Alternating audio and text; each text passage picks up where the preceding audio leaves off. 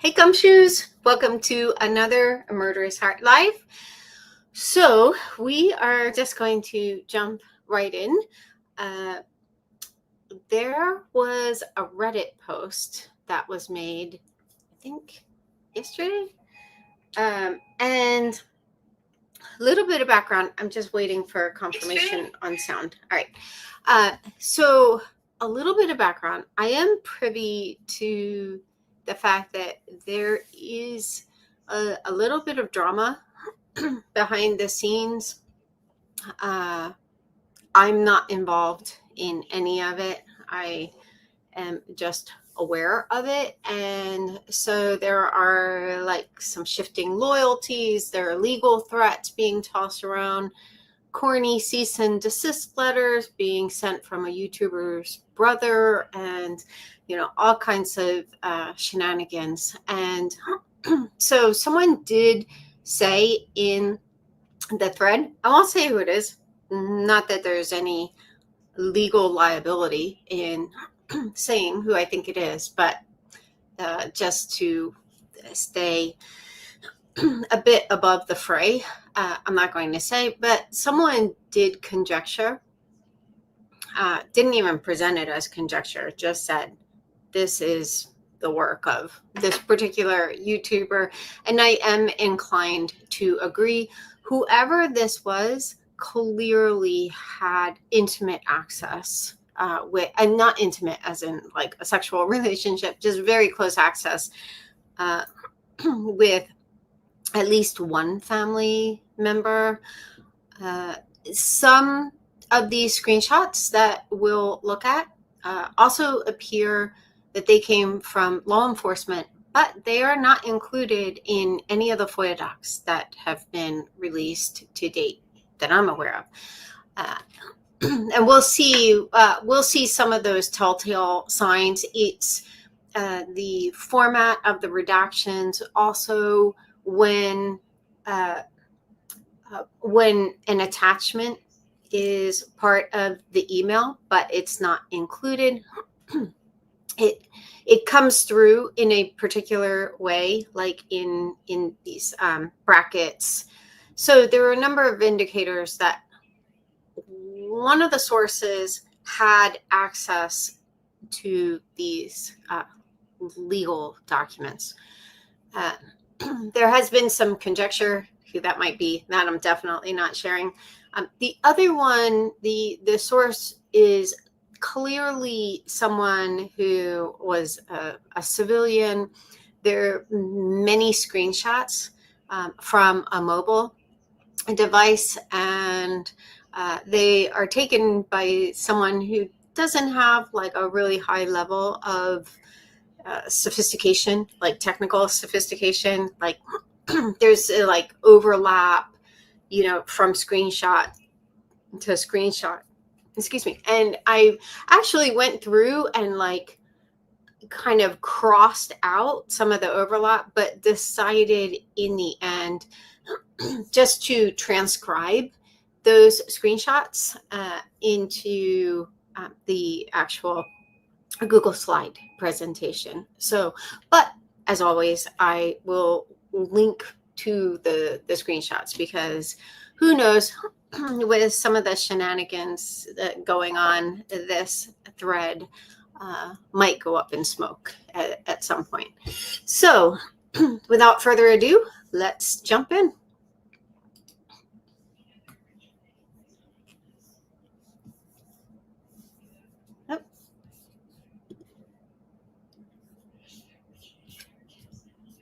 Okay.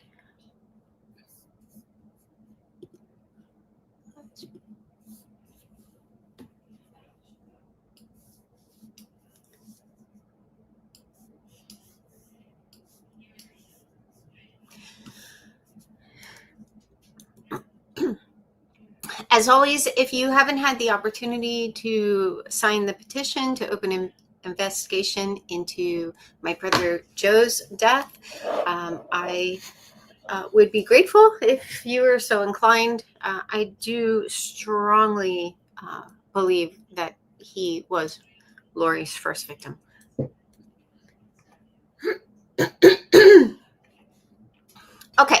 So I'm going to go through these chronologically.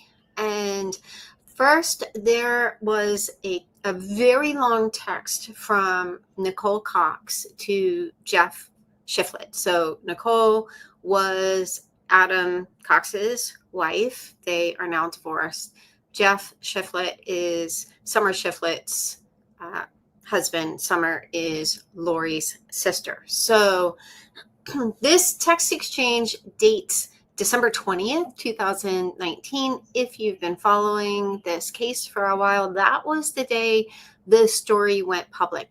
And it actually kicked off with a screenshot of a news report and then this very long text. I will warn you, I think when Nicole isn't a great speller to begin with, and I mean no disrespect to Nicole in saying that. You'll see that in these in this text, but I also suspect that she was very upset and kind of in a frenetic state of mind when she sent this. So it comes across as very state of consciousness.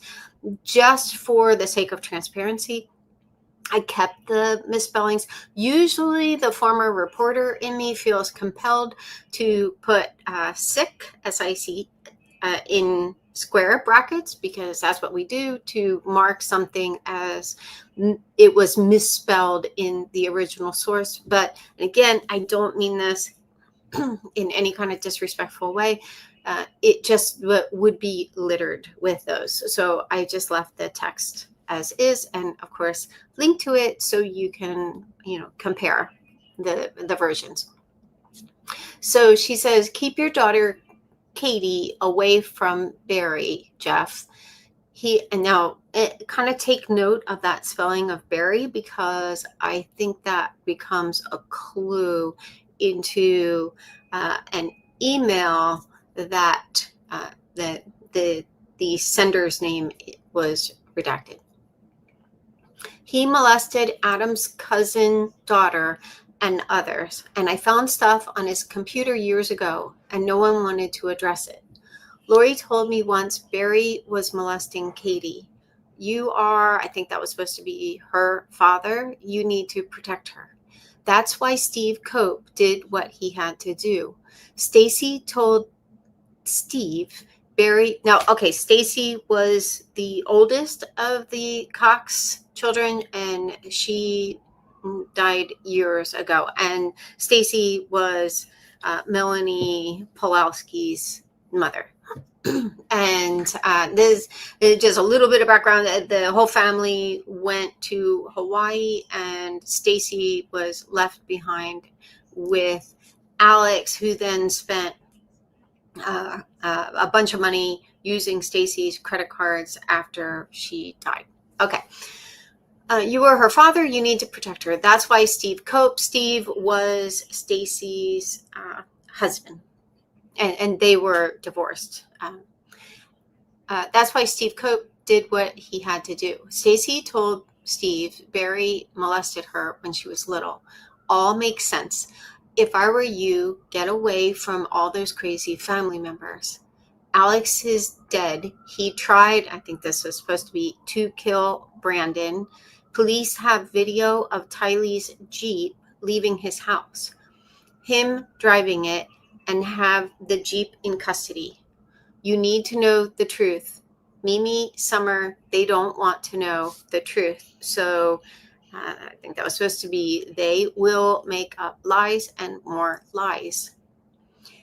FBI is all involved. We know everything. The truth. They poisoned Alex to keep him from talking. You have to protect your children, Jeff. They're all evil people. Keep, and I think that was supposed to be, your kids away from Melanie. She is crazy. She used my picture saying it was her on the internet. I hope she gets the death penalty. And now I think when she's talking about she here, she's no longer talking about Melanie. She's talking about Lori. I hope she gets the death penalty for Charles, Alex, Tylee, and JJ. And I think this was supposed to be intended to kill Brandon with Melanie. They are all going to jail and they are all guilty. We talked to FBI. We know everything. Get away from those crazy people. Also, Chad's wife they killed. FYI, 2 weeks after Charles was killed, she was searching for wedding dresses and rings. Chad's wife wasn't dead yet, but Alex did a drive-by shooting on her life, and then she died 2 weeks later, then married Lori a month later. They plotted all these murders, and Charles told us she was going to kill him, and she was having an affair with Chad, and all you turned your backs on him. He was right. So this whole message she sent to Jeff, and it appears from the screenshots. Jeff then forwarded everything to Summer. Then the next day, Summer replied to Jeff at 7 p.m. Do we have eggs? So if you want to see, I think this was.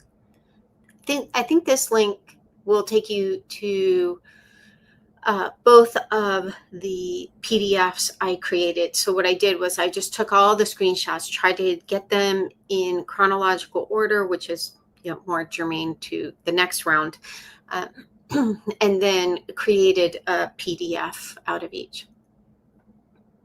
Okay, so now what I want to do is break down some of these details. I'm not going to break down every point made in this text, but some of them I do think warrant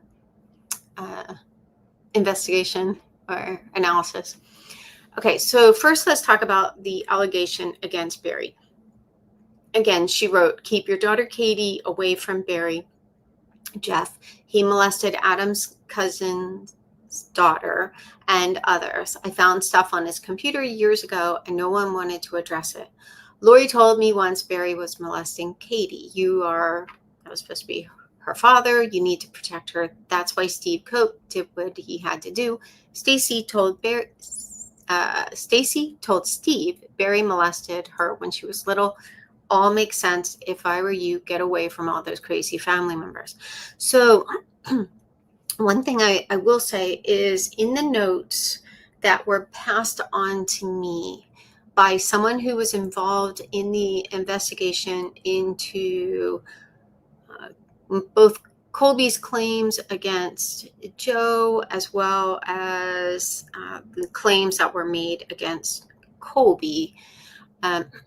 This person had taken copious notes. They're very stream of consciousness. There are a lot of typos, but this person got in touch with me and offered me their notes. So I will never share these publicly because there are really, the person told me I could do with them what I wanted, but I just want to be responsible because there are victims who are still alive, and a lot of this stuff, it's their story to tell. So I did share it with one person. I shared it with Janice Summers, and that's really just because I never want to be in a position where I'm like, trust me, I didn't just type this in Word and put it out there. First of all, my conscience would never allow something like that, and it would be deplorable.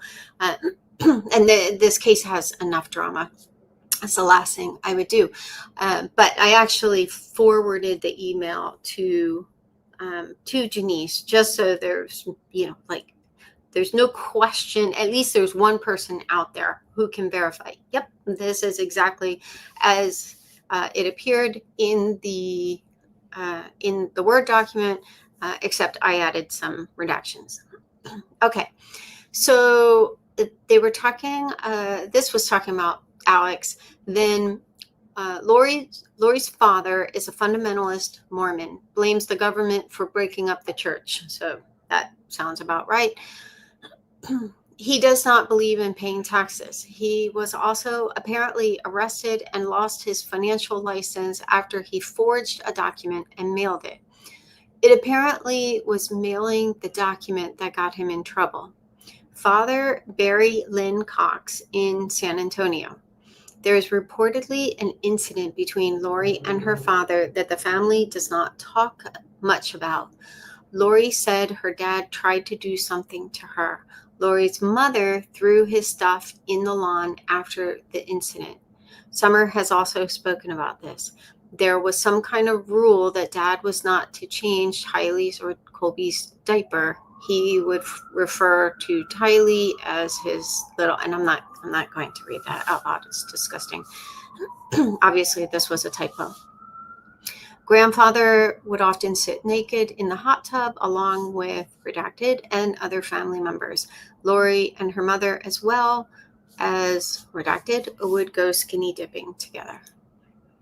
So there was this allegation, and it went so far as to say that Lori somehow Janice found out about it and threw Barry stuff onto the front lawn. So take it for what it's worth. Okay, then she said that this was the part where he said he tried, and I think this was to kill Brandon, so I just added in brackets Alex. Alex tried to kill Brandon. Police have video of Tylee's Jeep leaving the house. Now, this is new to me. I haven't been following Brandon's trial, so this may come up in the trial. But to date, all we know about from the FOIA docs is there was this paragraph that said, I learned that, and a big redaction, responses returned from redaction near Holbrook, Arizona on 10/1/2019 on the I-40 at 6:52 hours. So what they were saying is that they picked up on the Jeep in Holbrook, Arizona. This was the day before the shooting, and early in the morning, 6:52. A gray colored hardtop two-door Jeep Wrangler with the Texas license plate, so it matched the license plate, was captured driving toward the Phoenix metro area. The Jeep did not have a wheel affixed to the back of the vehicle. The image was captured approximately 26 hours and 30 minutes prior to Brandon's attempted homicide. And so a while back, I had created this map to show where Holbrook is, and you can see at this point it's 6:52 in the morning. Oops. And Alex was very close to Phoenix. So but it would be interesting to find out if they actually have video of Alex, speeding away from Brandon's neighborhood. This was the biggest bombshell for me. Now keep in mind, this is the first day that the case went public, and I have said numerous times I strongly suspect that the entire family knew the kids were dead. Both families, the Cox family as well as the Vallow family. There's just too much information out there that suggests that. And I remember early on, Kay even saying in an interview that someone from Rexburg Police called them in December and said that they needed to prepare themselves for JJ not being alive because there was no evidence that Lori was caring for kids. Plus, Ian told them that on December 5th, or I'll say someone, it was described as someone who was close to one of these group members and had intimate knowledge of the events, had told law enforcement that Alex killed the kids. And this happened on December 5th, and the only people who were interviewed on December 5th were Ian and Natalie Pawlowski that we know of. And I've been tracking a timeline pretty closely. So, but here you have Nicole saying in December, I hope Lori gets the death penalty for Charles, Alex. So they also thought that Lori had Alex killed, which I also have strongly suspected, but Tylee and JJ, and intended to kill Brandon with Melanie. They are all going to jail, and they are all guilty. Now, also keep in mind, in January, when Summer made the tribute video for Alex's memorial, she did not include any pictures of Tylee or JJ. And so I also felt like that was pretty damning. Like I think they all knew that the kids were dead. I also, I would say, suspect, not strongly suspect. It might be strongly suspect, but I do suspect that Summer was the person in the Ring camera from late October in Rexburg, and there was also a yellow pin on Alex's apartment, and there was a legend on a previous page in the same report that had all of these like different people's initials, like BB for Brandon Boudreaux, LV for Lori Vallow, CD for Chad Daybell, and there was a yellow pin for Summer Shiflett, and it was a yellow pin that was on top of Alex's apartment. The only other SS was Serena Sharp, but she was out of the group by this time, and certainly, I even if we suspend reality and say Lori had her out to Idaho, which we really have to suspend reality for that to have happened in late October, she wouldn't have been at Alex's. I just don't believe. I think she said she only met him once or twice. Anyway, so if Summer was there, she would have also known that the kids weren't there. So anyway, but it was very jarring for me. Well, it doesn't really matter how it affected me, but this was surprising to hear that it mentioned in like passing. Like, it's not even like we think that Alex killed Tylee and JJ. I think the fact that she just groups Tylee and JJ in with Charles and Alex, to me suggests there had been most likely quite a bit of conversation about Tylee and JJ's fate. And that is also why Tylee and JJ were not included in the tribute video. I have that video. It was up on YouTube for a while. It was taken down because someone had passed it on to a Facebook group, but it was only ever shared with you had to have the link to be able to access it. So YouTube rightly took it down.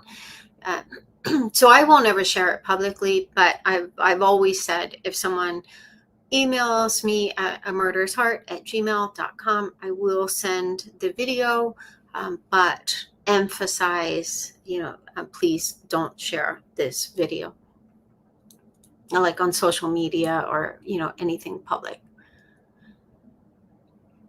Okay. Oh, and yeah, I add these little parenthetical comments here so I don't forget to hit on them.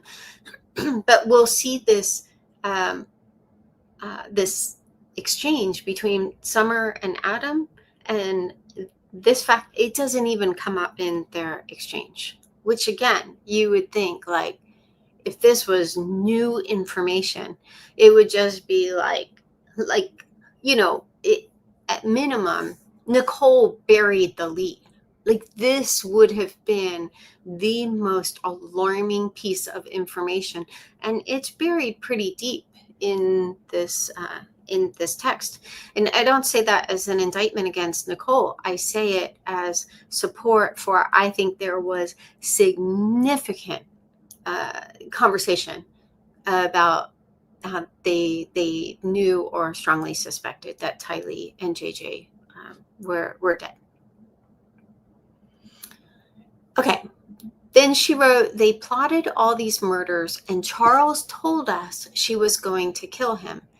And she was having an affair with Chad, and all of you turned your backs on him. He was right.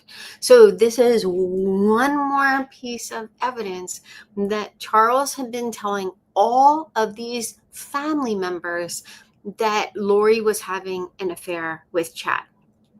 Brandon also mentioned it when he testified in Lori's trial. He said that when he went back and looked at all the emails Charles had sent them, I think he said most of them were emails that he forwarded from Chad. So they were emails that Chad sent to Lori. Charles found them and forwarded them to Brandon, but we know he was forwarding these emails to everyone. I mean, he was forwarding them to the whole family, trying to flag this issue of Lori is having an affair. She wants me dead. She wants to kill me. She's threatened to kill me, and she's having an affair. And to date, there has not been evidence that anyone passed any of this on to law enforcement. In fact, and I've talked about this before, in August, or no, I think it was July, Kay said that she thought Lori was going to find her next, in other words, her next husband in Hawaii.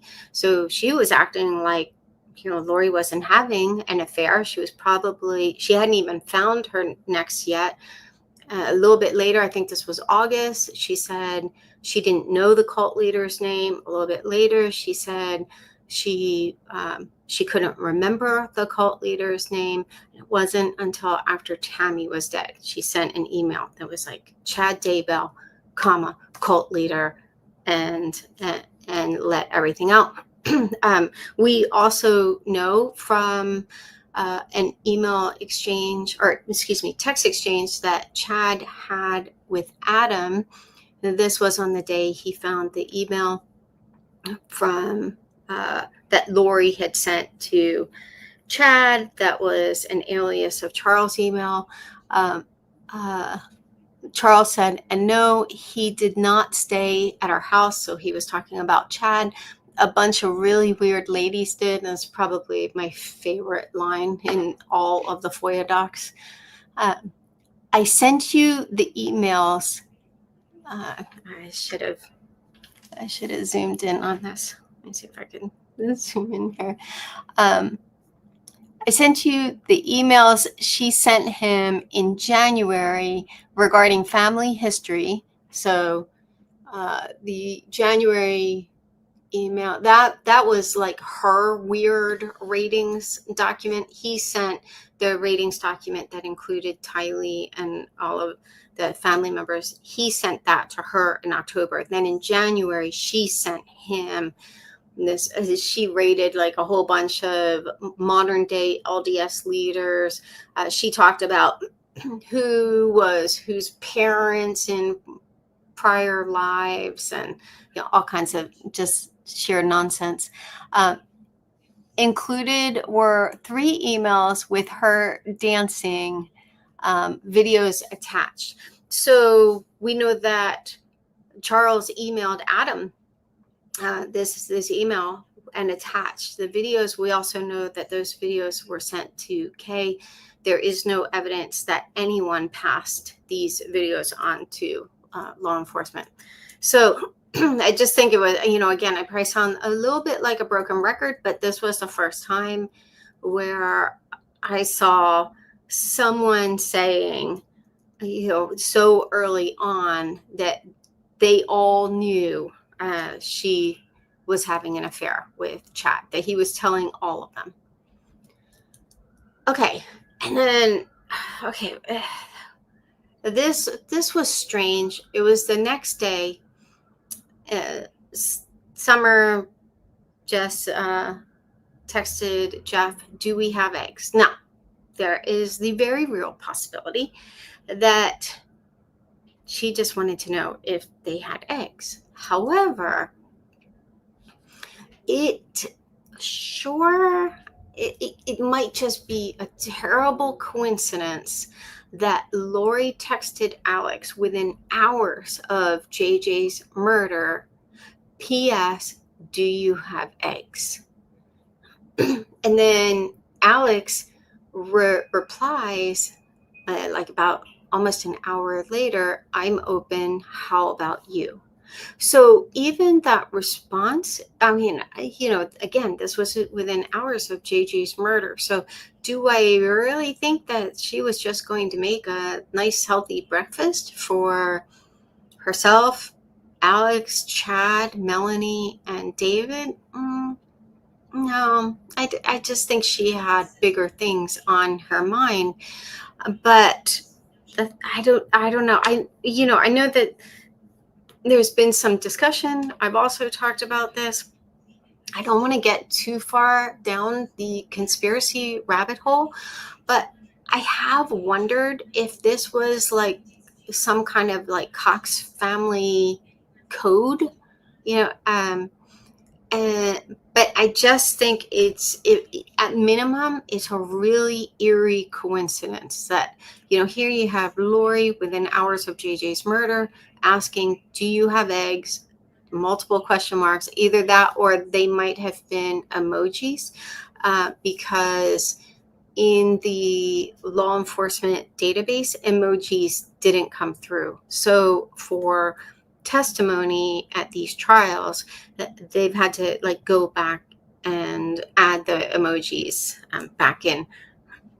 But anyway, at minimum, it is a really eerie coincidence that in both of these incidents, you have something really intense going down, and then just this vague question of, do we have eggs?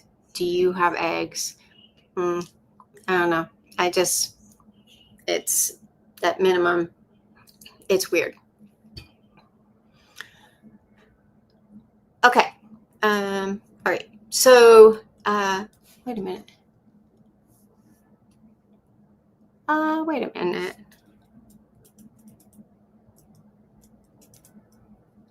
Oh, right. Okay. So now I need to pull up. Let me stop sharing my screen. I had to switch computers. So I need to pull up the other other PDF I have. It was just it was too much to transcribe. Plus, it really didn't need to be transcribed. So let me just pull that up.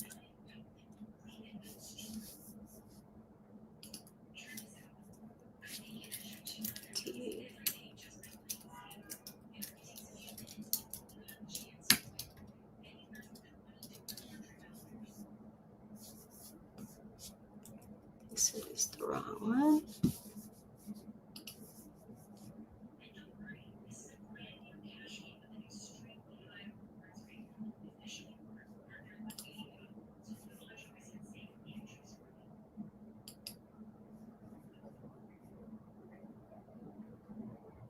Okay, so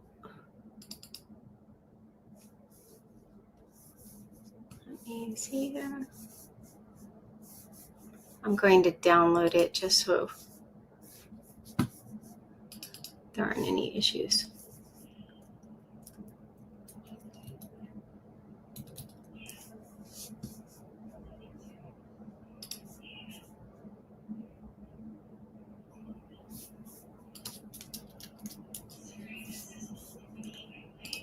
Yeah, I had everything set up, and then my daughter needed the other computer, so.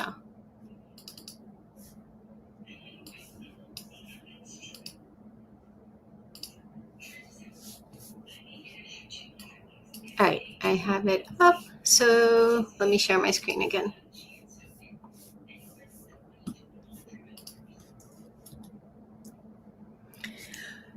All right. I date this April 5th.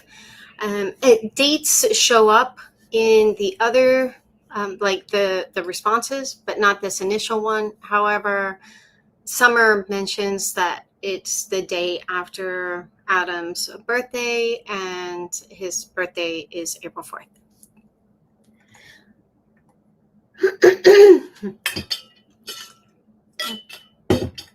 I just needed to get a drink. Okay. So this is quite the birthday present. Adam, I don't know if you want to hear from me or not. I know yesterday was your birthday, and I hate that I can't just pick up the phone and call you to say happy birthday. I want you to know that despite everything that has happened, I still have great love for you. All right, this one I'm going to actually offer commentary throughout. So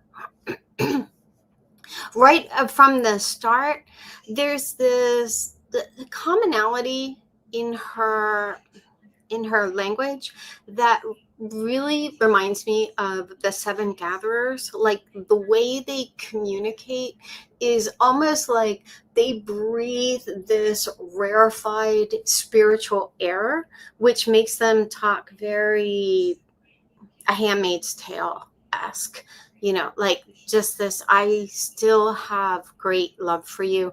I think you'll also, you'll see, like throughout this exchange, Summer is one, you really see the depth of her delusion.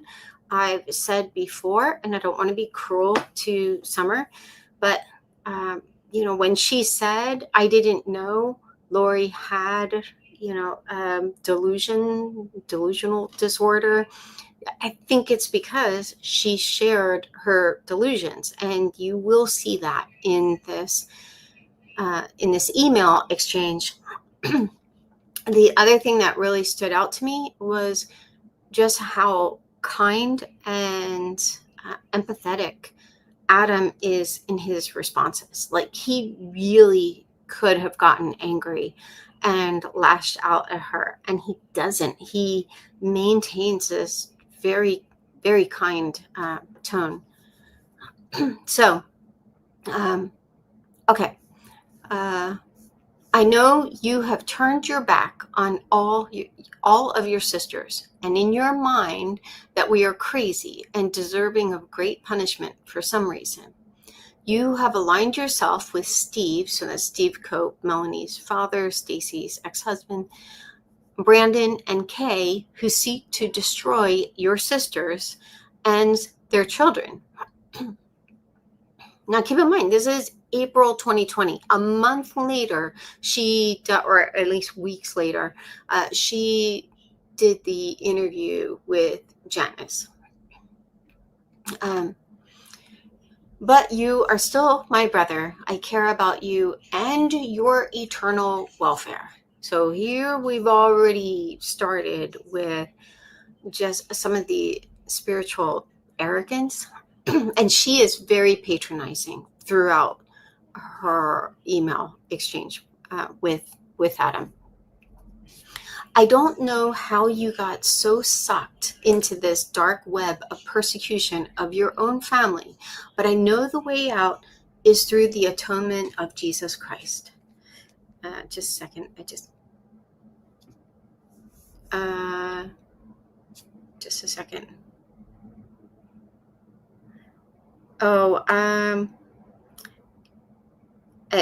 Okay, my mods can stop texting me. I see it. I don't know what the issue is though.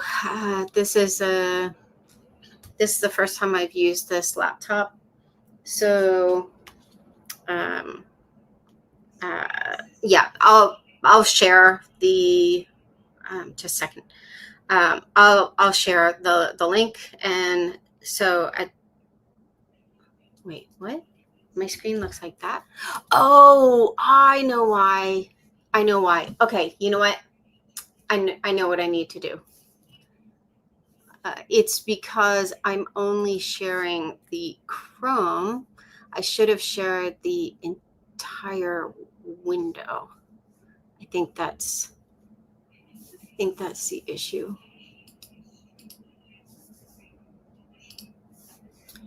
Let me try this. Okay. Can someone let me know if you see it? Normally I share the entire window, so I don't know, I must not have done that.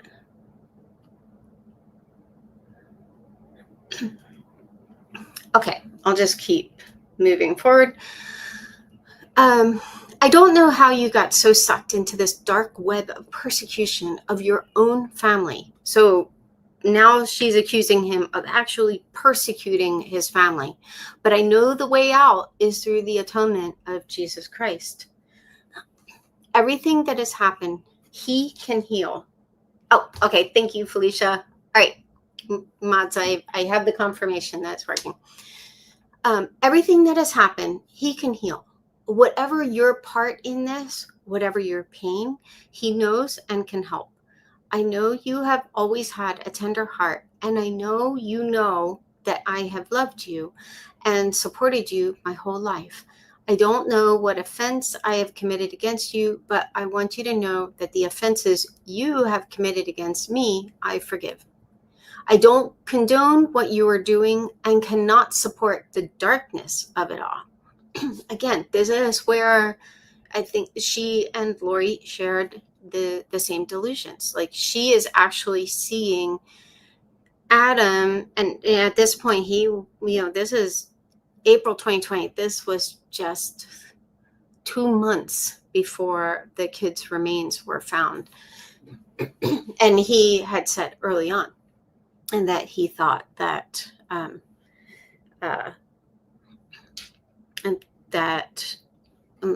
Lori and Alex conspired to kill Charles, and now we also you'll see how other things that he has said.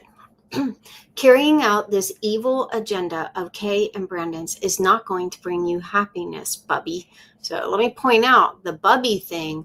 So Bubby was the alias that Lori used to store one of Chad's burner phones. And it was the burner phone that he fired up right before Charles' murder. It was just 2 days after Charles discovered the email. So I think that's when they realized, oh, we need to go deep into burner phones. So Charles discovered the email on June 29th, and they fired up this burner phone on July 1st. And they retired it on September 11th. Okay. You know in your heart who I am, who Lori is, and who Melanie is. You know not one of us would seek to do evil or harm anyone. You know that, Adam. The atonement can heal all of us in this. It is not too late to do the right thing. Regardless of what you choose, I am grateful for the years we have had together as a family and the joy it has brought to my life. So there is also like a pretty significant amount of sincerity. I mean, when you get past, like if you can get past, some of the, some of the weird flexes and stuff, you do see a sincerity of grief between them. Like both of them are missing the family that they used to have. I am grateful for the free agency we have been given and hope we can all choose to follow Christ. I am grateful for the ability to discern truth from error, and I stand as a witness that neither Lori nor Melanie have ever sought to harm anyone. And this whole idea of like, I have my witness, you saw that with Melanie. Like, Melanie said that to her father, Steve, that she got her witness that Brandon was gay. And she literally said that she saw, like, I think it was in a dream or a vision. She saw, I called it a gayometer, but it was like some kind of gauge that went from 0 to gay, and the needle was on gay. And when Steve challenged that, she said, I got my witness, you get your own. It also came up again with Zulema. I believe it was in an exchange with Melanie Gibb, and she said like she got her witness that Lori and Chad were the real deal, something like that. So I don't know if this is LDS lingo. Maybe someone who's LDS can share that in the chat, but it is very, very odd. But anyway, and also like even when Lori hid Charles' truck, his clothes, JJ's clothes, and stuff, like Summer texted her, or it was a text or an email. I think it was a text. It was the next day, and she said, I know you have your mission and are being inspired to do what you're doing from the other side. Excuse me, I'm going to get a drink.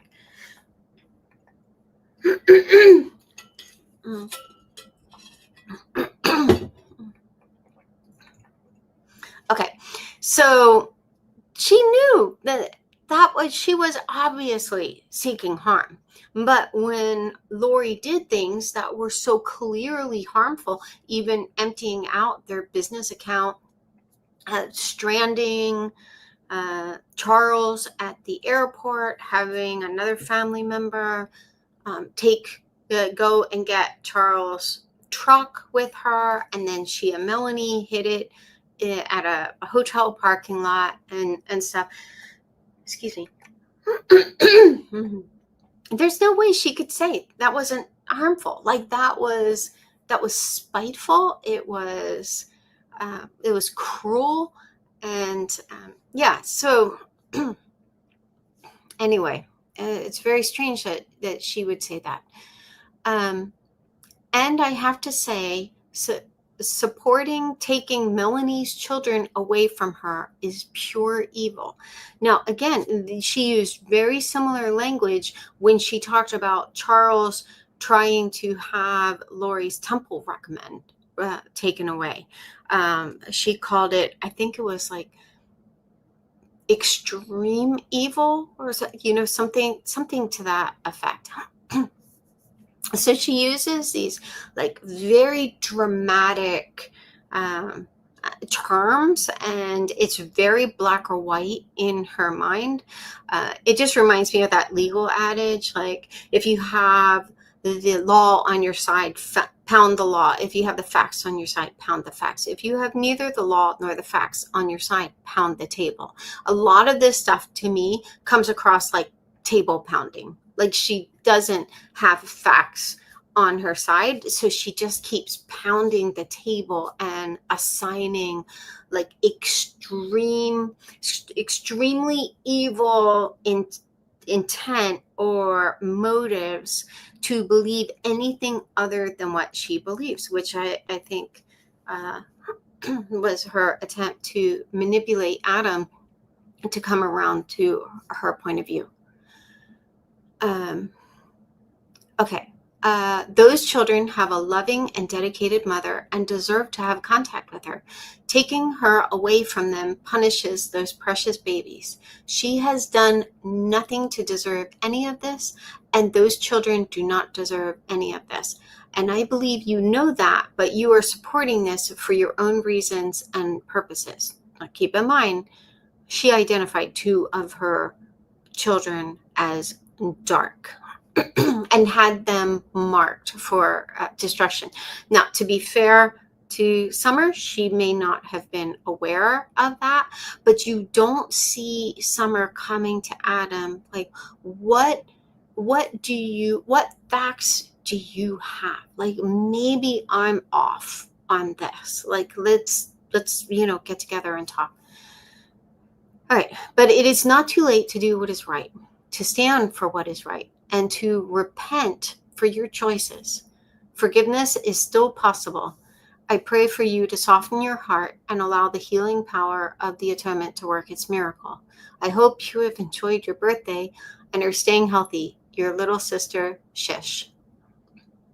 We also saw Alex refer to Summer as Shift in a text to Lori.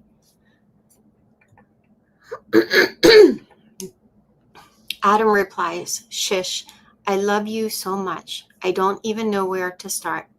Oh, and also this was, okay, this didn't have a date. But, let me point out that these redactions are very FOIA doc-esque. So you see these black redactions. You'll also see where there was an attachment. It's like in brackets. Okay, so this is the document that I think that someone somehow got from a legal document that was originally redacted by law enforcement. I feel like you and Mom and Dad abandoned me and stopped talking to me and cut me off and Zach off from all social media. I know who you, Lori, and Melanie and Alex are. I love all of you with all my heart. That is very much a Cox family phrase. It's always like, I love you with all my heart. Janice said that to Alex in an exchange that they had, I believe, in like April 2019. It just comes up in these interviews where, it's actually really sweet. I know that Lori got caught up in all the books and podcasts that she has been reading and listening to. Everyone, Lori and Alex and Melanie followed got excommunicated. I never took any sides with anyone. Lori told me that she was a translated being. Now, I think this whole section here probably points to that last exchange they had that he said was in early 2018, and he wouldn't say when it was, but he said he wasn't in Arizona for Colby's wedding, and I posited that I do wonder if they all got together after Alex died, and if that was potentially why Adam did not want to say when that trip was. She told me she had a higher priesthood than Melchizedek priesthood. She told me she saw Jesus and Moroni in the temple. She was boasting about it. She asked me to give Tylee a blessing in Tylee's room with Alex, me, Tylee, and Lori. Lori said she could give Tylee the blessing and it would be more powerful because her priesthood was higher. And he also mentioned that to Detective Moffat when he was interviewed by him. Then she said, you just give her the blessing and Alex can assist. I said, no, he can't. That's because Alex was excommunicated. She said, yes, he can. This life doesn't matter. It's the next life that matters. I said I wasn't comfortable with that. So she said, okay, just you give her the blessing. So I did. And as I did, we all cried. I don't know what Lori told you, but Lori lied about a lot of things. Colby just told me that Lori said that me and Zach and Brandon and Charles were all on some kind of plan to kill Lori. I can't believe you would believe anything like that. If that was the case, why didn't Lori show the police the made-up emails and texts that she wrote to Charles' phone, that she wrote in Charles' phone? Lori had Charles' phone for 36 hours before the police even asked for it. That part wasn't true. She got it around, I think it was like 12:36, and then they got it back from her. I think it was around 3:11. So she had it for about 2.5 hours. I went to Arizona to get Lori help. Charles said that the only way he thought that Lori would snap out of what spell she was under is if she got excommunicated. I came down to try to get Lori in front of the stake president, not to get Lori in trouble, but to get her help. Lori is delusional and needs help. Lori got Alex and Melanie involved with Chad Daybell and those people, meaning the other group members. Lori and Alex planned Charles' death. Alex quit his job the week he killed Charles. Nicole says things when she is hurt and angry that she doesn't really mean. I think that this comes after that other one, because then you see a response from Summer, but the screenshots were pretty out of order in the Reddit thread. So I was just trying to like look at the dates and times. So Nicole says things when she is hurt and angry that she doesn't really mean. I think Nicole meant everything she said. She has always been like that. It is a defense mechanism, just like when Mimi talked to me and Zach like that. Nicole loves everyone. She just can't believe that you and mom and dad can't see the truth. I understand it is devastating to think that they could be involved in this, but they are. I know you're not evil. I know mom and dad are not evil. I know you love everyone like I do. So you see Adam trying to get on the same side of the table where Summer puts them on opposite sides of the table, and she, is continually calling him to repent, accusing him of actually persecuting the family and all this stuff. He is asserting, I know that none of you are evil. And I know you love everyone like I do. Nicole was also hurt when Mimi texted her and said, "Thank you, Nicole, for flying Adam out here with your frequent flyer miles," after she just went to Lori's house and Lori showed Mimi the text that Charles was flying me out. That was devastating to her, that Mimi would do that to her. Nicole is hurt. She just deals with things differently. And you can see even in Adam's response that they obviously deal with things very differently. I know Lori loves Jesus. Now, here he's just being very, very generous. And I know Alex wanted to do the right things. They were both deceived, and Chad is the main deceiver. I will never stop loving my family. I love you more than you know. I'm not siding with Brandon, Kay, and Larry. I'm siding with truth. I am going on what I know to be true, as devastating as it is. I hope we can talk. There are so many things that I found out after finally talking with Colby.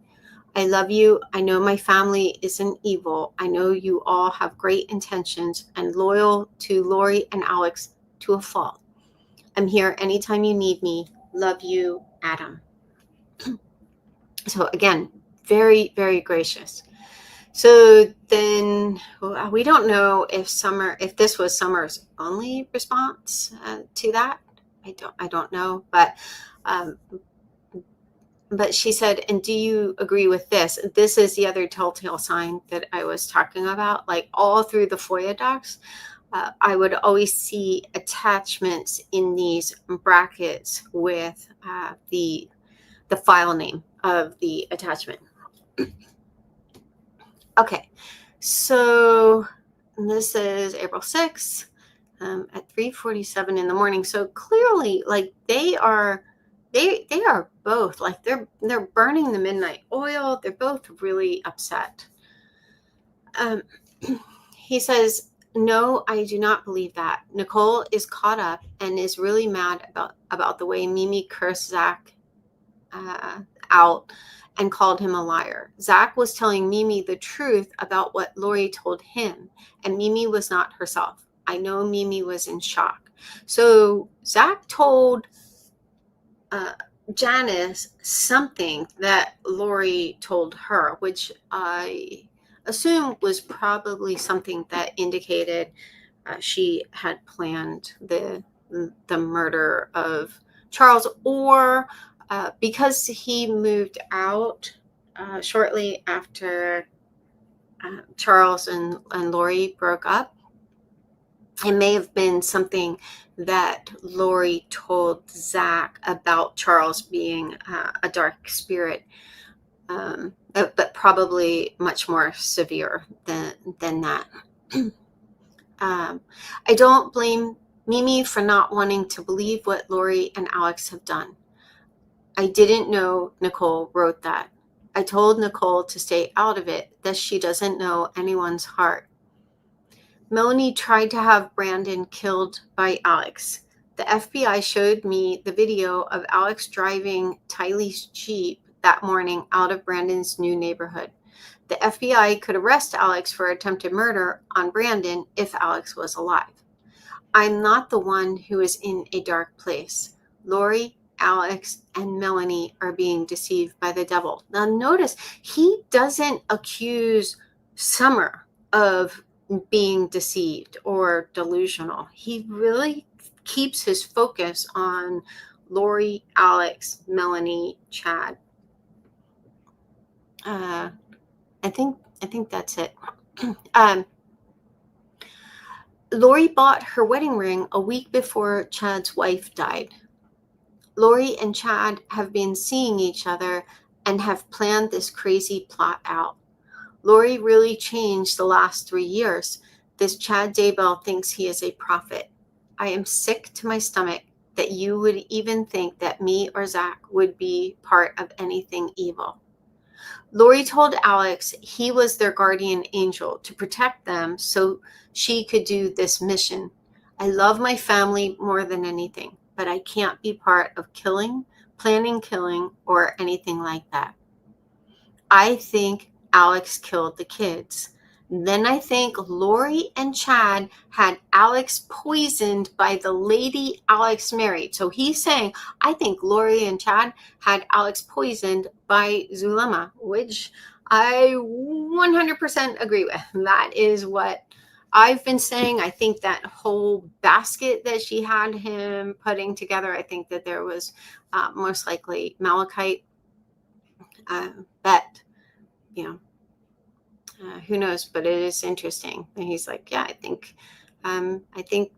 they had her poisoned by Zulema. I've also talked in other lives about how, Zulema had said that she didn't see Lori after Lori, Alex, and the kids left for Idaho. But then we found out in the FOIA docs that she had flown out to Idaho, and then she also met up with Lori and Chad when Lori and Chad were coming back from their honeymoon. And so I suspect that was the source of the bag of money that she referenced the day Alex died. And I will always believe that was a murder for hire.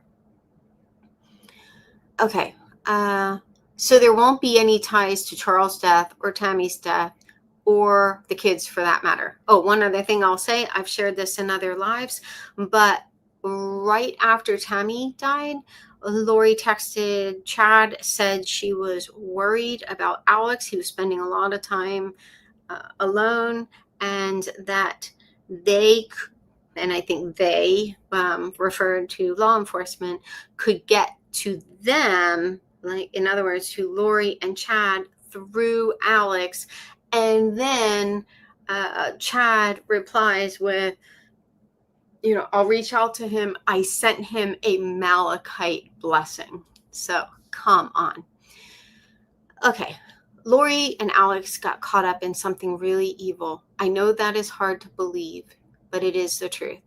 It will come out. After it does, I will still be here for you and the family. I miss you like crazy. My heart is broken that you think I did something wrong. Lori needed help, and when I tried to help, I somehow got blamed. What exactly did I do? I'm still trying to figure out what Lori could have possibly said about me. Please tell me so I can understand. So then Summer replies, I have no desire to go back and forth and argue with you. I don't want to fight with you. You are my brother. It saddens me to hear you say all that you have said. I have spent countless hours in prayer and the scriptures over all of this. Like, what does that even matter? Like, she's doing these flexes as if, like, okay, you've spent countless hours in prayer and reading the scriptures. That doesn't somehow give you more of a platform than Adam. I am pleading with you with all of my heart to please soften your heart, humble yourself, and ask Heavenly Father if you could possibly be wrong about Melanie. So he really talked about Melanie very little in his response, and she is really kind of hung up on Melanie. I promise you, Adam, she hasn't done anything that you are saying she has done. I have had a front row seat in all of this. You have watched from a distance, only hearing one side. Now, we found out at the last Arizona trial just how much of a front seat Summer had. I mean, she was twisted up in the entire thing. Please listen to me when I say she has not done any of the things she has been accused of. Please just take a step back and consider if what I am saying might be true. Think about what this has done to her and what she has been through. You were persecuted in the media when you were innocent, and it wasn't even a fraction of what she has endured. You know how it feels to be wrongfully accused. And again, this just felt like a shot across the bow. Steve has told her and all of the extended family that she is mentally ill like her mother. Do you believe Stacy was mentally ill? You know she was not. Neither is Melanie. She has been the most faithful little person, Adam. She has done nothing to Brandon. Nothing. Now, I shared, I think in my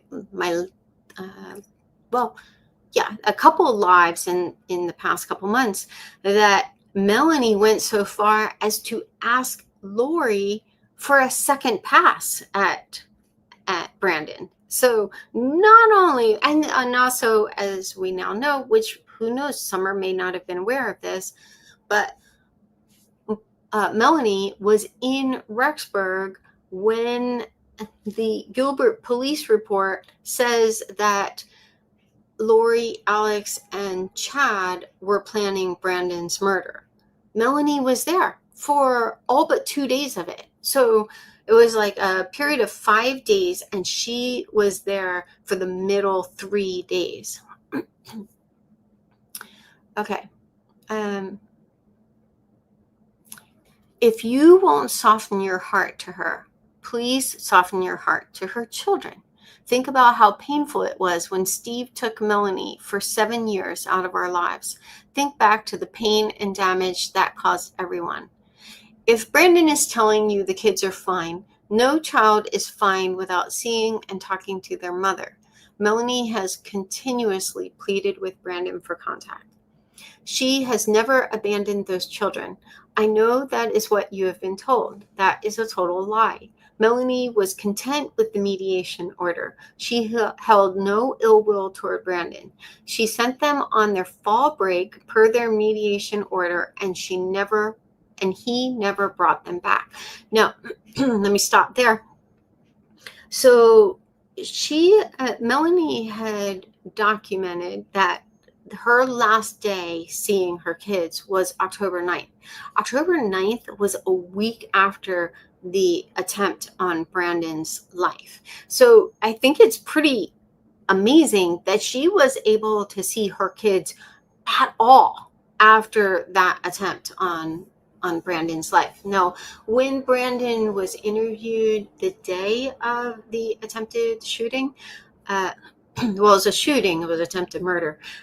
He had said that he didn't think that his estranged wife was involved in it. But I think eventually, I don't think it took him too long to realize, no, she probably was. Okay. She has made every attempt to reason and plead with Brandon. She lost her own mother. Do you really think that she would abandon her kids to go chase after some dumb religion? Well, she did. That is not what happened at all. Think about this, Adam. You know Melanie. You know she would never do that. You have only listened to B on this. Those children deserve to have their mother. You are 50 and are sad you have been cut off from your mom. In 6 months, Melanie has had one 10-minute phone call on Christmas. That is it. She was allowed no contact on Halloween, Thanksgiving, someone's birthday, and someone else's birthday. That must have been Bree's because it says she's twee. Can you even begin to imagine how this feels for any of them? Please, Adam, you can't think this is true or right, multiple exclamation marks. You know Melanie has been the best person and mother. She has always been so good to you and everyone else.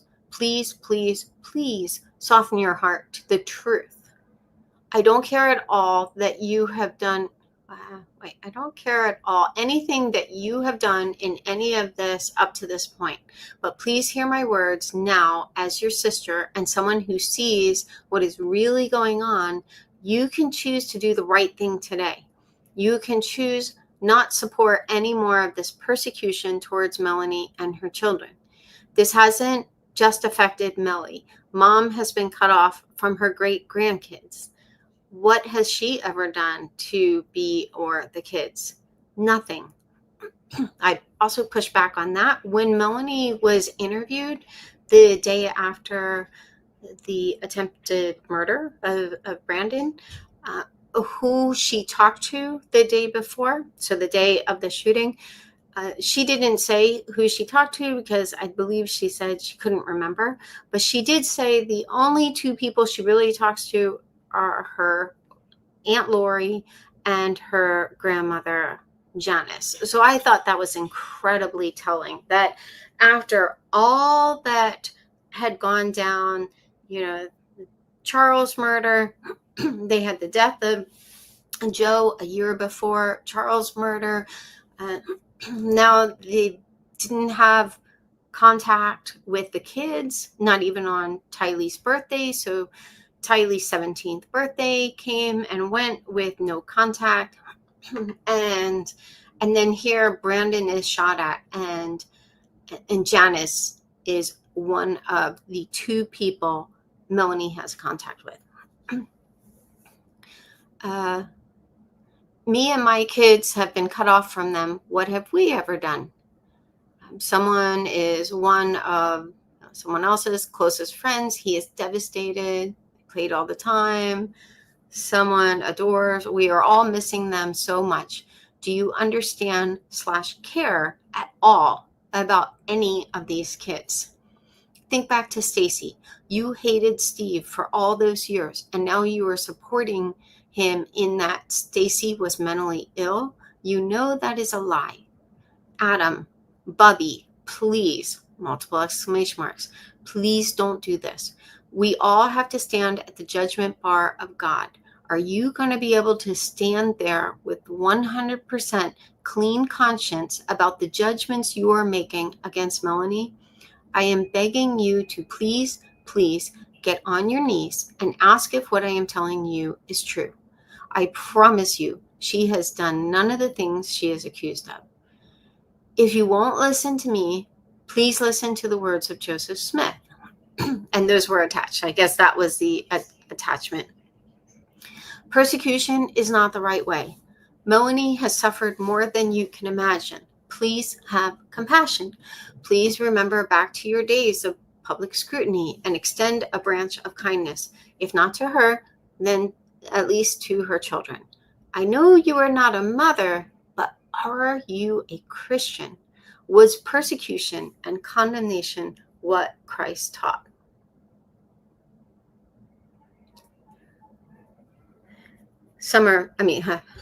Adam responds, Summer, I love you and want to know the truth. Please answer the questions I sent you so I can at least understand your side of things or know the truth of things. I won't blame or judge.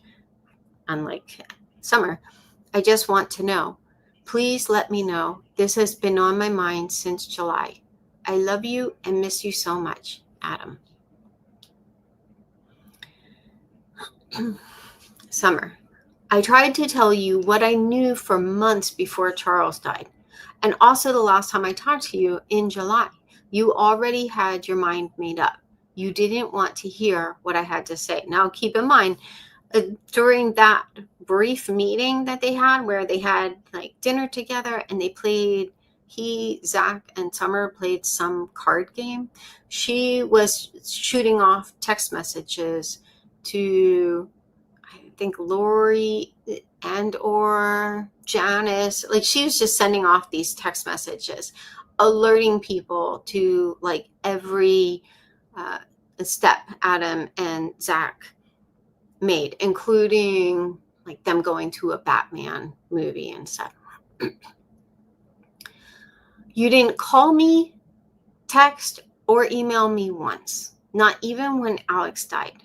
Nicole blocked me and Jeff from all social media the day after I talked to you in July. And since Nicole and Zach were so vocal on social media against our family, I just assumed you felt the same way. Nicole sent Jeff multiple texts telling him to leave me. She sent those an hour after we got home from seeing Alex's body at the funeral home. I didn't think you care what I knew or had to say about any of it, or quite frankly, that you cared about my family at all if you supported Nicole doing that. I have done nothing to Nicole and I have done nothing to Zach but love them, but they clearly have bad feelings towards me. I can't address your questions about Melanie because they aren't facts and are irrelevant to the truth. I mean, that doesn't even make sense.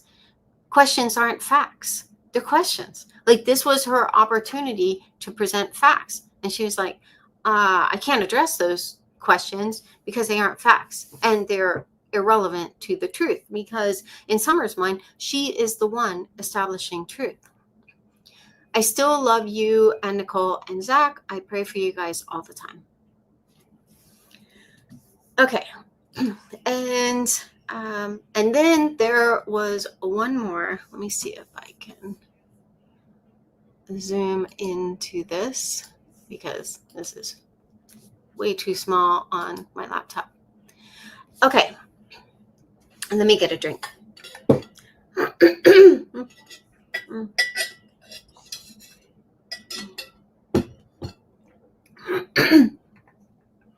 I strongly suspect that this email is from Nicole to Summer. We know it's to Summer because it starts off with Summer.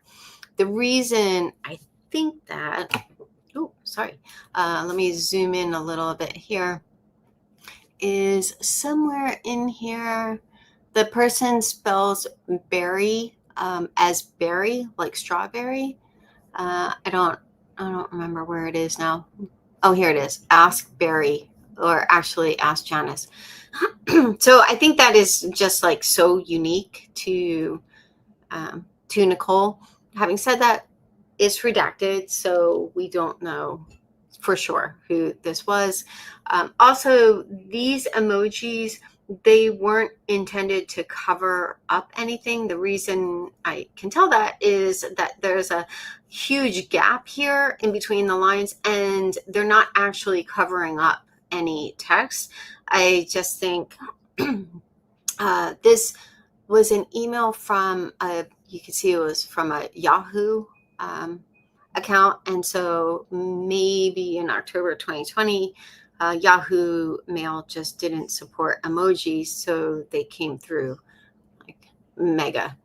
Okay, so this is October 2020. I'll also share when we get to the end why I think that this was Nicole, but I don't want to give away anything.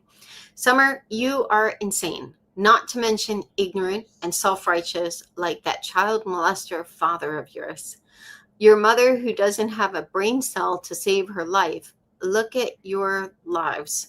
You believe Melanie, that evil person, had nothing to do with any of this? Lori, Alex, Melanie are murderers. Plotted and planned all of this. If you loved your brother Adam so much, then why did you disown him? Why did you and that Janice lady toss someone to the curb? Over Lori and Alex, two most unstable liars in the family. Funny, other family members always told me all of you are delusional, and you will see. They are all enablers, you will see. I see it very clear. Well, enjoy your brother Adam because something have chosen. So this is another indicator that I think it's a Nicole, but in this theme of like almost like Adam has turned his loyalty back to his family is kind of an undercurrent in this email. We don't want anything to do with any of you. We don't and won't ever condone murders and make excuses for that. Please stop acting like you cared about JJ and Tylee. None of you cared until they were found dead.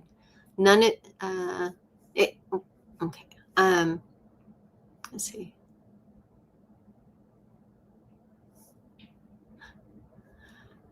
None of you cared when your disgusting brother and sister killed Charles. You went around saying Alex was a hero. What a joke. You are just like them. Black hearts, black souls. You will never know the pain you caused someone. That's unforgivable.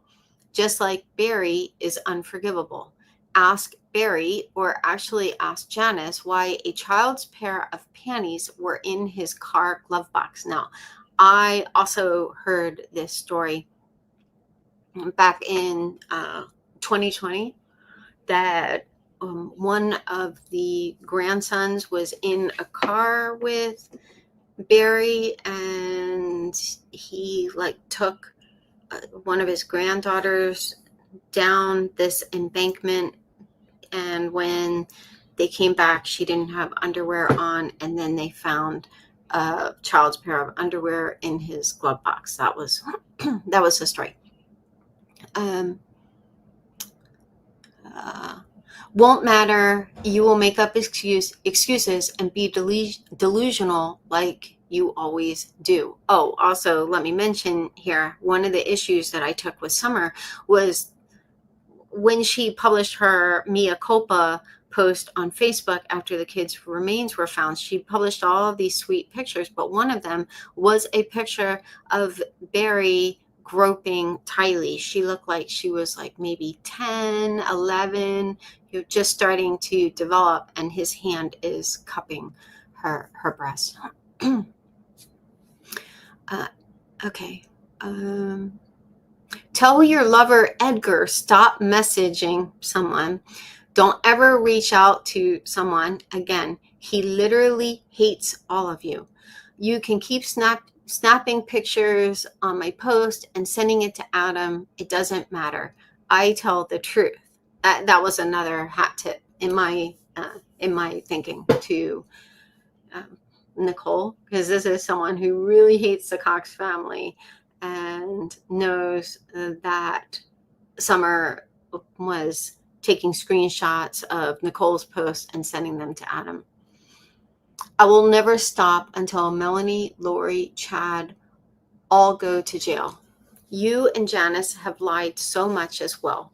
Janice talked to JJ in October. Clearly not possible.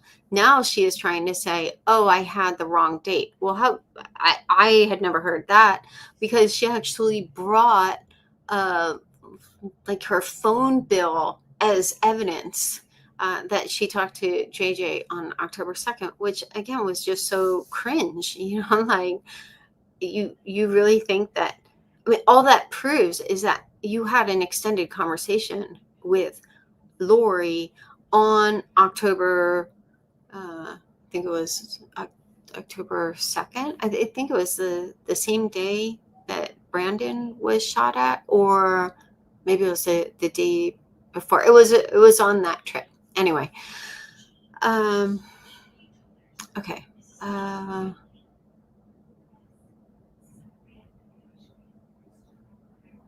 Where was I? Okay. You did nothing to help protect JJ and Tylee. None of you did. Well, to be fair, if this is Nicole, neither did she. And in fact, actually spoke quite poorly of Tylee to Detective Moffat, and even agreed with her dark rating. But at that time, Detective Moffat would have had no idea what she was talking about because no one had passed on the ratings document. But I think at this point she had probably come to realize that that she probably had her own regrets. You will always be part to blame. Remember that. Someone will be just fine without any of you. We don't depend on others to pay for us. We work and make an honest living. We also want to surround ourselves with people who love us and would never abandon us. Have a nice life. Enjoy your brother Adam back in your life. And then another reference to something have chosen. All right. So that concludes the Reddit document. The link to this presentation can be reached at bit.ly reddit-t-live, and the actual Reddit post can be accessed from bit.ly reddit-bombshell. All right, and now I will take questions. If you have a question, as always, please put the word question in all caps. It just helps to have it stand out. And you can tell I play with my hair a lot. And I'll see if any of them have been recorded by the mods. Oh, we do have some questions in here. Okay.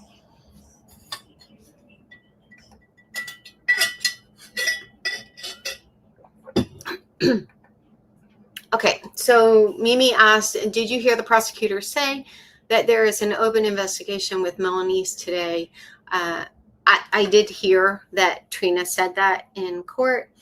Forgive me for being skeptical, but I've seen a pattern where at each trial, someone, it's either a prosecutor or someone from law enforcement, they throw out what, at this point, to me, they just come across as like panaceas. I think they see that people are filled with rage, like with the Idaho trial. So I think people, understandably felt enraged that Zulema and Melanie Gibb, as well as David Warwick, were just getting off scot-free.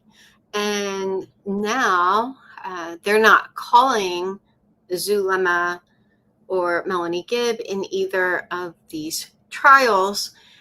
So now with Brandon's trial, there's a resurgence of rage toward Melanie Pulaski, and I share that rage. Probably not rage, but I just, if I would love to be pleasantly surprised, but just from what I've seen in the FOIA docs, and I think that law enforcement has been very careful to protect people they don't want to go after. I've talked about this in other lives. Like there was one reference in the Gilbert police report that the only So let me back up. They never referred to someone by just their last name. But in this particular sentence, they did, and the only last name that fit in that redaction was Gibb. So, and that I just felt like that really crossed a line. Like, it was very clear to me that they didn't want Melanie's name to come up in a search. And obviously, if you only reference someone by their last name and then you redact their last name, because they always redact the last name, anyone who's just searching for references to Melanie won't come across it. I found it because I read the entire police report.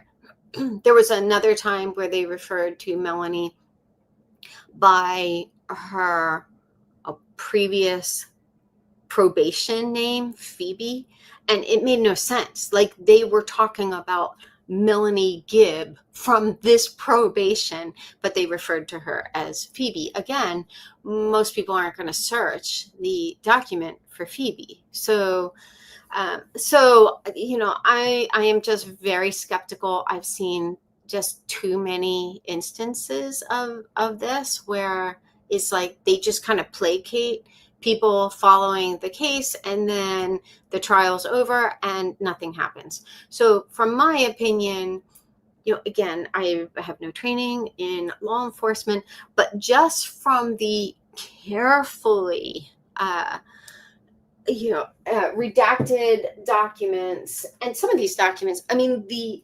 entire pages were redacted, so we have no idea what those pages referred to.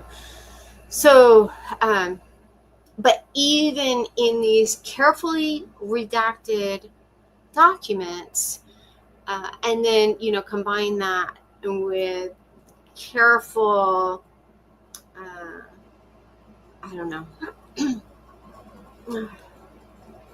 testimony, there are so many indicators that Melanie was involved from the jump.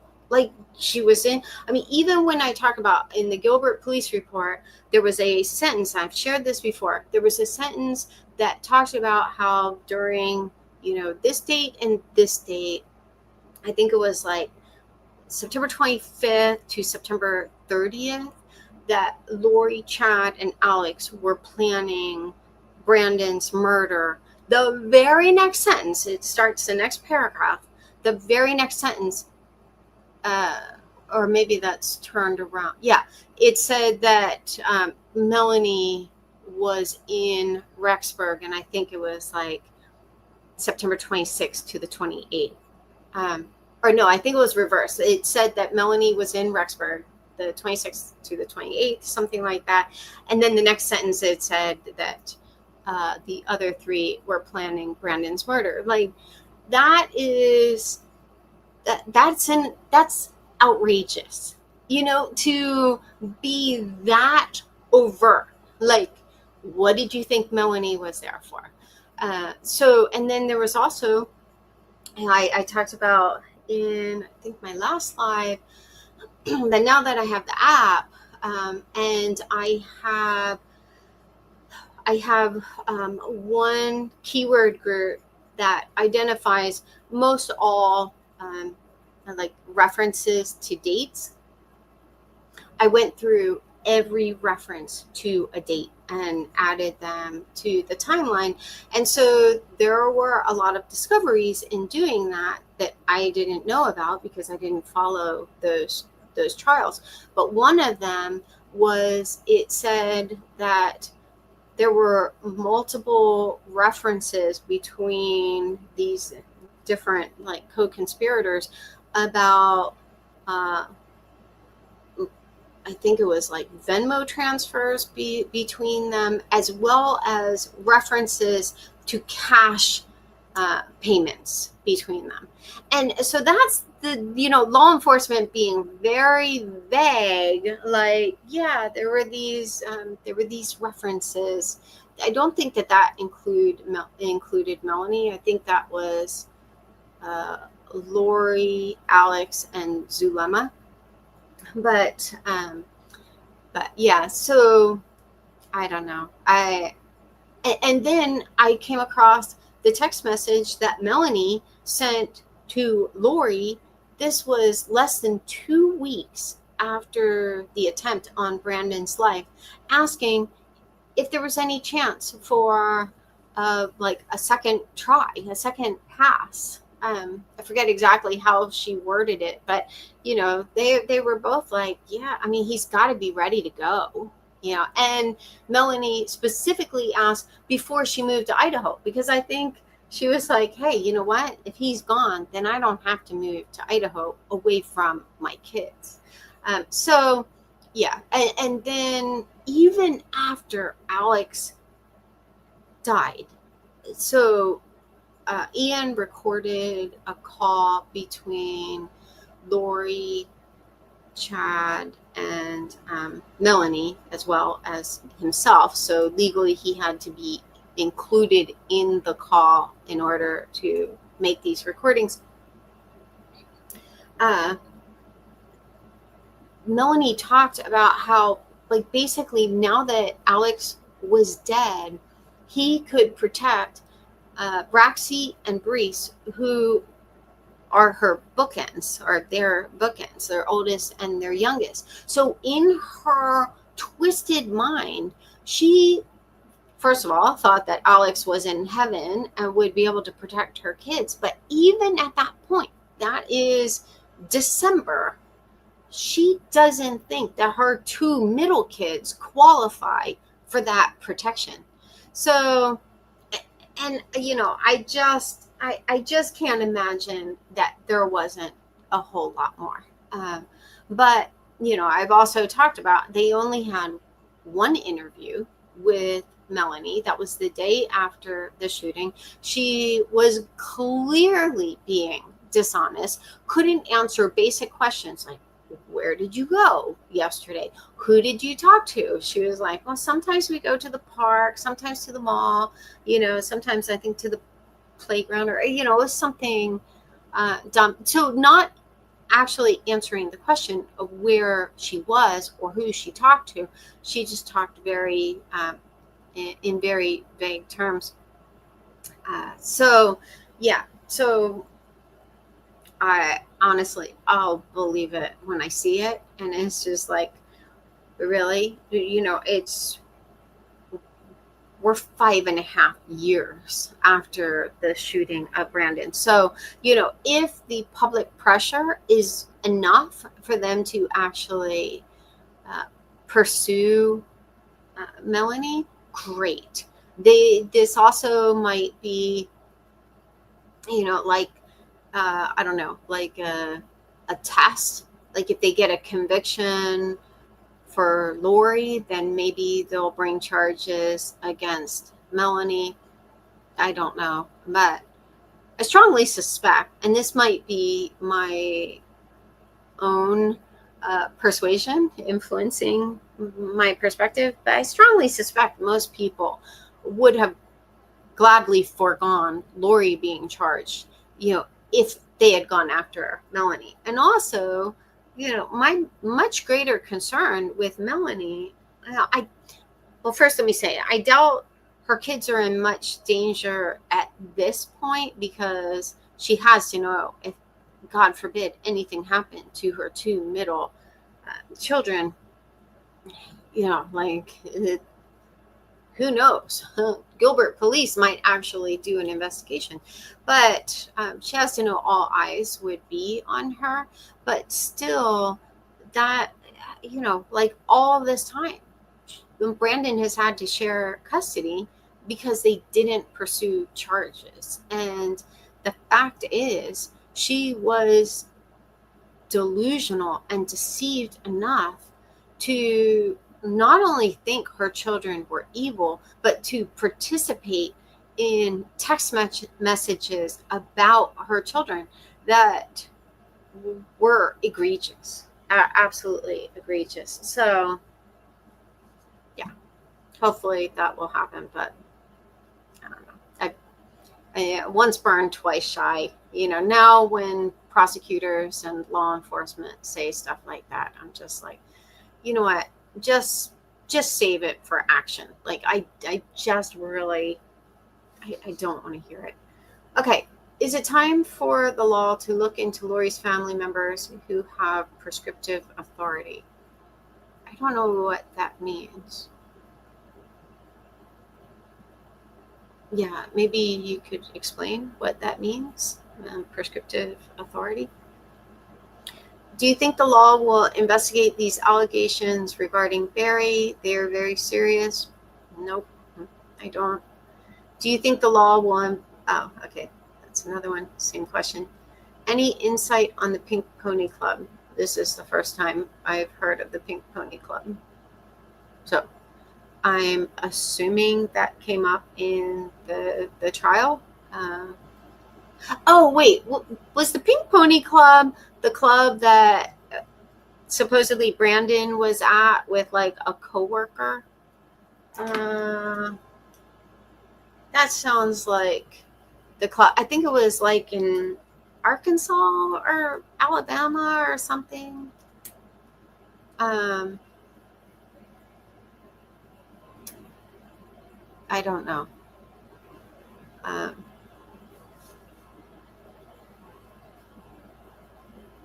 Yeah, I think that was the club that. Oh, actually, you know what? Let me search my app. Actually, though, I don't think that came up in any of the trials. Yes, it was a club in Alabama.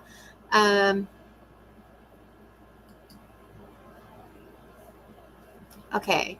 Thomas asking Brandon why Melanie would think he was a homosexual. She told me God had told her I was a homosexual. Thomas follows up by asking Brandon about a video post a friend posted on Facebook of him at the Pink Pony Club, a club in Alabama. Brandon says that came about because he asked Melanie to give him evidence that he was a homosexual, and she pointed to this video. So I did look up the Pink Pony Club a while ago, and though it sounds like it might be like a gay bar, it is not. So, okay, thanks, Felicia. It apparently came up in court today. So, yeah, that was the video was supposedly of him dancing. So, I mean, hardly proof that someone is gay. But this whole thing of accusing family members of being gay or, like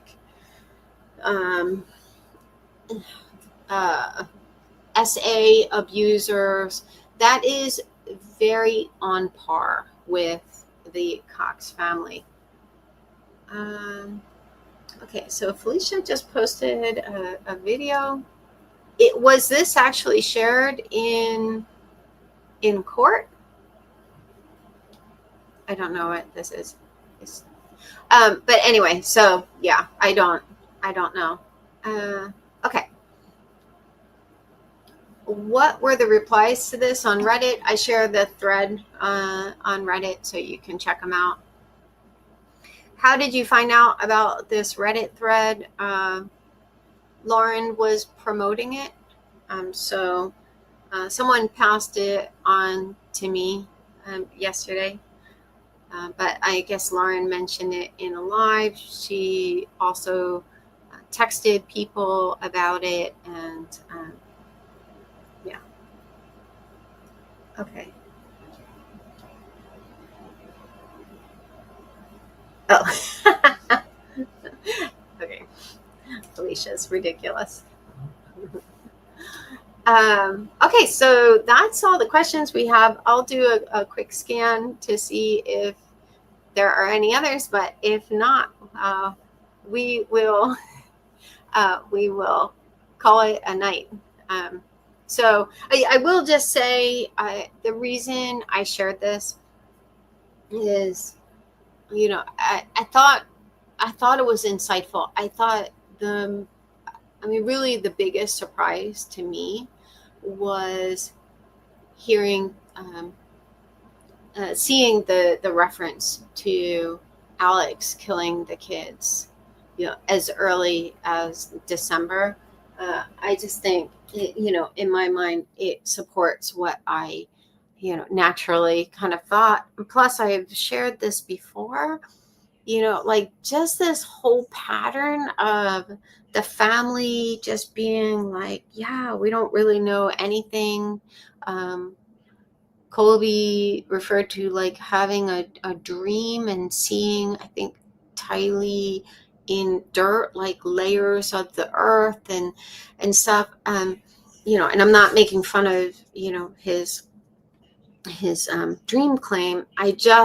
My experience, my limited experience with this family is that it's a very gossipy family. But even if you're not a gossipy family, you have multiple deaths and 2 kids no one can get a hold of.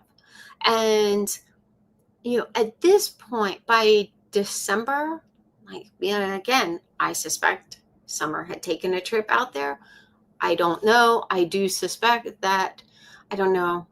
I don't want to say I suspect. I'm hoping that this will come out in the FOIA docs, and I mean no disrespect to Rob Wood, but him expressing like admiration for Summer was a little concerning for me, just in that, like, I do wonder if they will heavily redact those documents, especially anything that could possibly make Summer look complicit. I understand it in the trials because they're witnesses for the state, and I've said before, like, if Rob really thought that, like, she wasn't the person, and I think Rob and, law enforcement, I strongly suspect they know who was in that video. But if they really if they really think that Summer is admirable, and shared no complicity in these deaths or the cover up or whatever, he could have just asked her under oath, were you ever in Rexburg? So anyway, so I don't know, but having said all that, I don't know how much we'll find out from these FOIA docs, which I suspect will start to be released after Brandon's trial. But again, I think that they'll be heavily redacted, and there could be some legal challenges, like if someone with legal training feels like the redactions go too far, whatever. So there's the chance that we may find out more about Summer. I just don't know. But I do think that, given what I already knew about this family being very gossipy, I've talked about how, like, even when we shared that vacation with Lori, Charles, and their kids in 2007, I knew at that time that she was in the middle of a big fight with Summer and wasn't talking to Summer. I had never met Summer. I, to this day, have never met Summer. But like, just the fact that she would, like, go into all of these details, with someone who couldn't have been, like, further out, in terms of this family. I just think it was an insight into just, like, how gossipy this family is. And so then you add to that the fact that, you have all of these questionable things happening, multiple deaths, and attempted murder, and and according to Nicole, the FBI was also sharing details with them, Adam saw a video. He said he saw a video of Alex leaving Brandon's, new neighborhood and stuff. I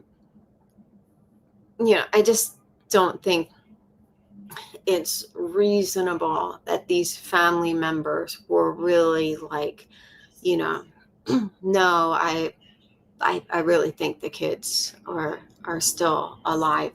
And then another detail I found, I don't think I've mentioned this. Maybe I have.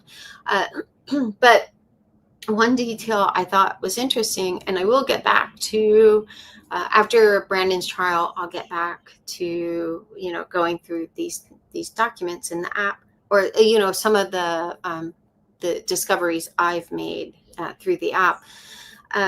Was shoot, now I lost my train of thought. What was it? It had something. It built too many bridges. No, I lost my train of thought. It'll come back to me. If it does, I'll throw it out on the community board. Okay. Do you think the jury is wondering why the trial took 6 years to get to? No, I think in terms of that, a lot of these trials take a long time. For me, again, I might be a little jaded. Do I really think that no one on that jury knows, that any, even know who Lori Vallow is? Probably not. The attempted shooting of Brandon, that wasn't, as publicized as some of the other details. But a lot of trials take a long time, and then we had a pandemic in the middle of all that. But I wish I could remember what that point was, because it was something that was brand new information to me. Anyway, it's late, but okay. Well, we don't have any other questions, so I'm going to call it a night.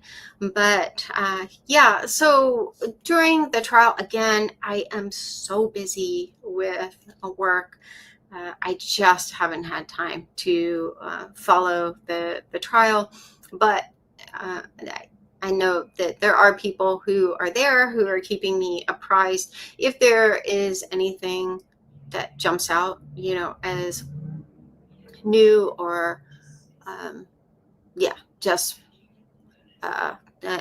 noteworthy, not to minimize the impact of, actually, there was one thing I will touch on. So I found out today, and Janice sent me a snippet of it. Judge Boreski has really had enough of Lori's bullshit and kicked her out of the courtroom today. And I could not have been happier. She has been so disrespectful to him, and has, she's just been a nuisance. But I think at this point, he's just had enough. And I heard that he told her if this continues, he will retract her right to represent herself. And Janice told me that she said sorry after that. But I thought it was interesting that she actually had the audacity to say that she has been, I forget the word she used, but it was something like cordial. Or courteous. I think she said she's always been courteous to him, and he clapped back with, like, basically, you've been anything but courteous to me. So I'm really glad that he did that, because Princess isn't used to being told no. And so I don't think she realized that she could actually lose her right to self-representation. So anyway, so that was pretty new. Oh, I did start to say, sorry, I'm so tired by the time these lives come around. But I did start to say one thing I do want to say just as a qualifying statement with covering these details is, even with summer, I hesitate sharing some of these details. I'm kind of two minds when it comes to summer because, like I said, and I'm not being insincere, I sincerely looked at this back and forth with Adam and, take a step back and remember this whole family has been victimized by Lori, Chad, and Alex's and behavior. I don't totally see Summer, uh, Janice, and Barry as victims just because in my mind, I feel like they cross that line. And I've talked about this before that, imagine like in most, like criminal cases like that, like this, you have a pretty clear demarcation between victims and perpetrators. And one thing that makes this case unique is that line is blurred with quite a few of these victims where you have people who did contribute to, at minimum, enabled Lori through acts of what they call omission and commission. So omission is like just not speaking up when they suspected that something was really off, or not, or like getting a car clean, not alerting law enforcement that a car that had a large blood stain on the seatbelt was given to you as a gift. And and all of these other acts, like their friends and different family members, there are these acts of omission. Commission implies you're actually actively supporting these perpetrators. So that's more like Melanie, Zulema, people who knew what they had planned, knew that these victims were being identified as dark spirits. So all of the 7 gatherers, in my opinion, they all fall under acts of commission because they saw the back and forth. Oh, Joe was identified as a dark spirit. Joe is dead. Now Charles is identified as a dark spirit. Charles is dead. That she has identified her children as dark spirits. You've heard her say you don't think that JJ is going to live very long. You heard Chad say that you don't think that Tammy is going to live to her 50th birthday. And that she was going to die in a car accident, and none of you are speaking up. So, but having said all of that, I really, in covering this, I don't want to be cruel. I'm sure now Summer realizes the error of her ways. I'm not trying to kick her while she's down. I do still feel like, though, that there's this proclivity, or there are like groups of people who use it's almost like their battle cry, someone is a victim. So because this person is a victim, no details about their involvement in any of this should be shared. So then it's just like, well, then where do you draw that line? Like, where, oh, okay, so this person is a victim, so we're just going to leave out all of those details, entire chunks of a timeline. So, I in covering this, I want to cover these details. I do think that there were details in this that were interesting. I think it softened my perspective toward Adam even more, because you just see this gentleness and you see where he could have been clapping back against Summer.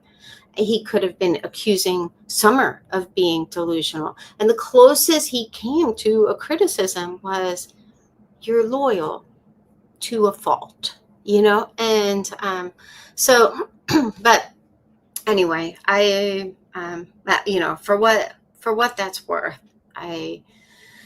my intent, which may be moot, but my intent in covering this was to focus on, there was clearly a significant rift in the family, and you see how, one, just how much some of these family members knew, and how they reacted to some of that information, with Nicole having the strongest reaction of anyone I've seen to date. And even seeing her reaction, it softened my perspective even of her, because all that we really saw up to this point was that, she was telling Kay that Adam had called Detective Moffat and left messages for him. Detective Moffat wasn't just getting back to Adam. And then she wrote that really regrettable email where, she said very cruel things about Tylee.